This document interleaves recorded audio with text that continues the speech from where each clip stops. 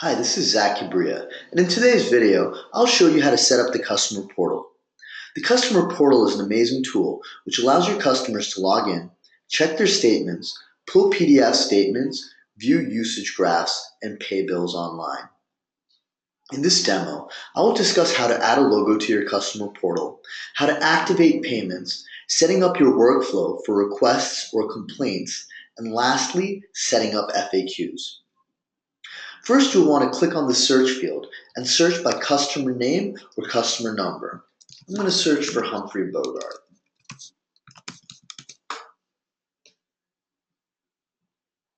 Now, once you're in the customer page, click on the Details tab right next to Services.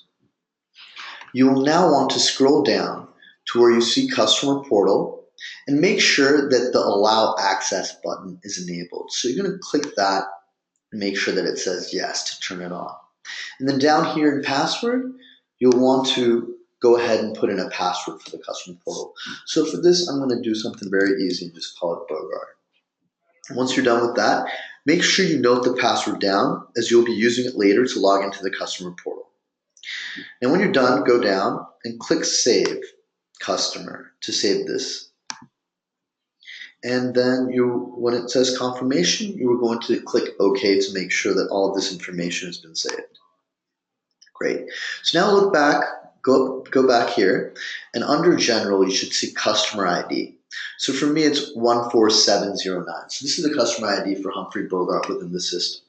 So once again, note down or write down this customer ID number, as this will be used as the username when you log into the portal or when your customer logs into the portal. Cool. So I've got 14709 as the username and Bogart as my password. Next, we will be logging into the customer portal to see what it looks like before we have configured anything. To do this, first look up top and click the Admin tab, which I'm sure you're quite familiar with. Now under Miscellaneous, select Customer Portal Settings. Cool, so now you should see here a few different sections. And here we've got Customer Portal Settings, Workflow Settings, and FAQ Page Editor. So first, I'm going to go ahead and see what the Customer Portal looks like without any of this configured. So to do that, just look under the Settings and click Go to Customer Portal, which is the yellow button right here. So I've automatically logged in because I've saved my password and my username, but for you, you should put in that customer ID I mentioned as well as the password you just configured. Great, so now you can see here up top where the company logo is, it's completely empty because we haven't put in anything yet. And none of the rest of this is configured either. There's no workflow tickets and nothing works here.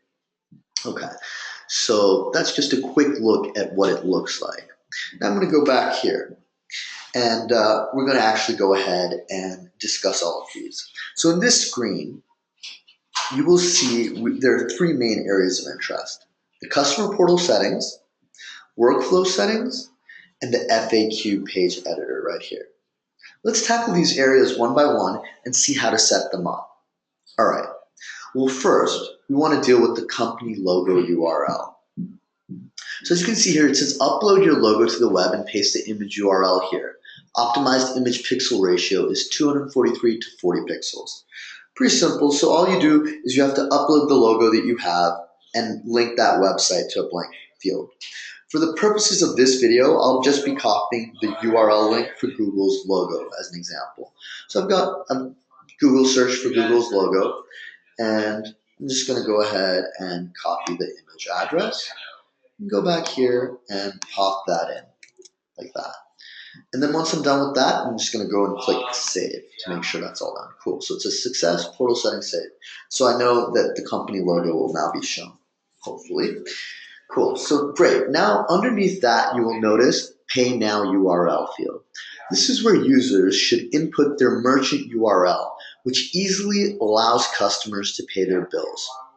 We're actually integrated with Braintree and PayPal, and if you're using these payment merchants, please watch our Setup Online Payments video, which will kind of show you how to set up Braintree with detailed steps. Otherwise, paste a URL for any payment merchant you might be using. So this is basically a form which allows your customers to put in their credit card information and allows the customers to pay quickly and easily themselves. So it's quite important, and you do want to set something like this up ideally. So now that that section is over, look a little further down the page to workflow settings. This section allows customers using the customer portal interface to log complaints, provide feedback, advise on payments, as well as many other options. We will create a video in the future which will go into more detail regarding the workflow. This is very useful as it minimizes the need for customers to constantly call your call center for issues they might have.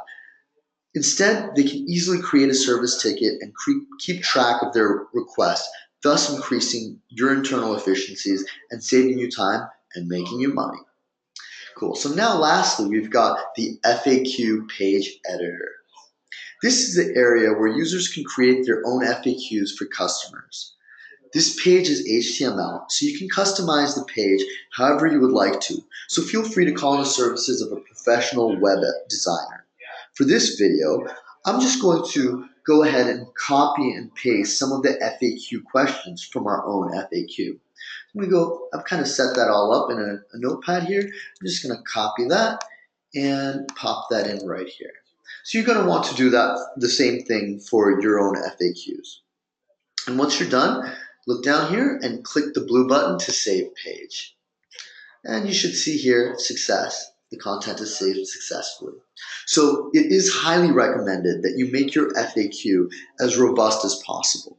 Like the benefits of properly leveraging the workflow settings, creating a useful FAQ will go a long way towards reducing the number of calls you experience, allowing your team to focus their time and energy on other tasks, leading to productivity increases and more profits. Yay. Awesome. So now, after setting everything up, let's look and see what the customer portal looks like now. So go ahead and click the yellow button here again to open up the customer portal. And of course, you're going to put in the customer ID and password that you'd recorded previously. Once you enter these, you should now be in the customer portal. And as you can see here on the left-hand side, we now have the Google logo, which has been pulled from the URL we put in. And on the bottom, we have all the workflow tickets. So if we add or change anything, they will show up here. And on the right, we can see the FAQ. Oh, wait, that's weird. The FAQ has not, oh, here we go. So to see the FAQ, just click down here and help an FAQ, and it should all show up.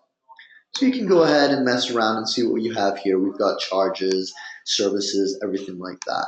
But the dashboard is really where you'll be spending your time.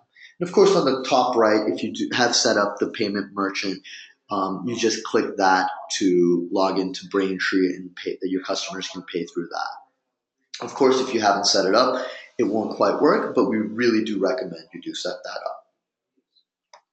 Cool. So now you're in, everything's been set up, and you're pretty much good to go. Your customers can log in themselves and choose whichever merchant they like, and it's really easy for them to pay with their own credit card information.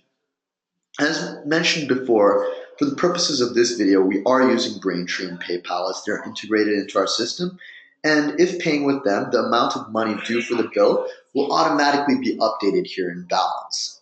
Note that if you created a password for the customer's portal, it would be best to inform the customer once they have logged in and everything to change their password after the first time to something that's more secured for them. So that's pretty much it. Thanks for watching. This is Zac Kibria, and I really hope you've enjoyed this video. Please like this video, comment, and subscribe to our YouTube channel. We're constantly updating our software, as well as adding new videos and playlists to enhance your experience and help you learn our platform.